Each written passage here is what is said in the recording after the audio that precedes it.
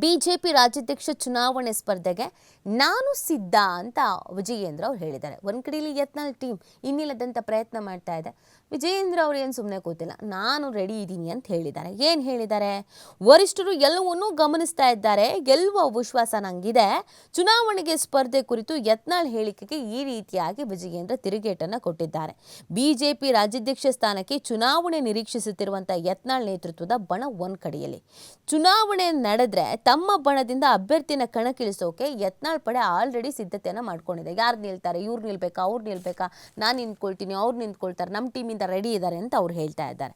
ಅಧ್ಯಕ್ಷ ಸ್ಥಾನಕ್ಕೆ ಸ್ಪರ್ಧೆ ಖಚಿತ, ಗೆಲುವು ನಿಶ್ಚಿತ, ಠೇವಣಿ ಉಚಿತ ಅಂತ ಯತ್ನಾಳ್ ಅವರು ಹೇಳ್ತಾ ಇದ್ದಾರೆ. ಇದರ ಬೆನ್ನಲ್ಲೇ ವಿಜಯೇಂದ್ರ ಹೇಳಿಕೆಯನ್ನು ನೀಡಿದ್ದಾರೆ. ಎಲ್ಲವನ್ನೂ ಎದುರಿಸೋಕೆ ಸಿದ್ಧ ಇದ್ದೇನೆ ಅಂತ ಅವರು ಹೇಳ್ಕೊಂಡ್ಬಿಟ್ಟಿದ್ದಾರೆ. ಕೆಲವರ ಹೇಳಿಕೆಯನ್ನು ವರಿಷ್ಠರು ಗಮನಿಸ್ತಾ ಇದ್ದಾರೆ ಅಂತ ಕೂಡ ವಿಜಯೇಂದ್ರ ಹೇಳಿದ್ದಾರೆ.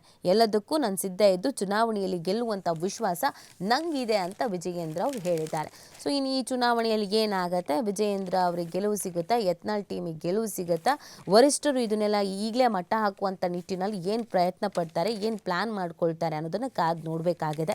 ಇನ್ನು ಎಲೆಕ್ಷನ್ ಹೊತ್ತಿನ ಒಳಗೆ ಇನ್ನೂ ಏನೆಲ್ಲ ಬೆಳವಣಿಗೆಗಳು BJPಯಲ್ಲಿ ಆಗುತ್ತೆ ಅನ್ನೋದು ಕಾರ್ಯಕರ್ತರ ಟೆನ್ಷನ್ಗೂ ಕೂಡ ಸದ್ಯಕ್ಕೆ ಕಾರಣವಾಗಿದೆ.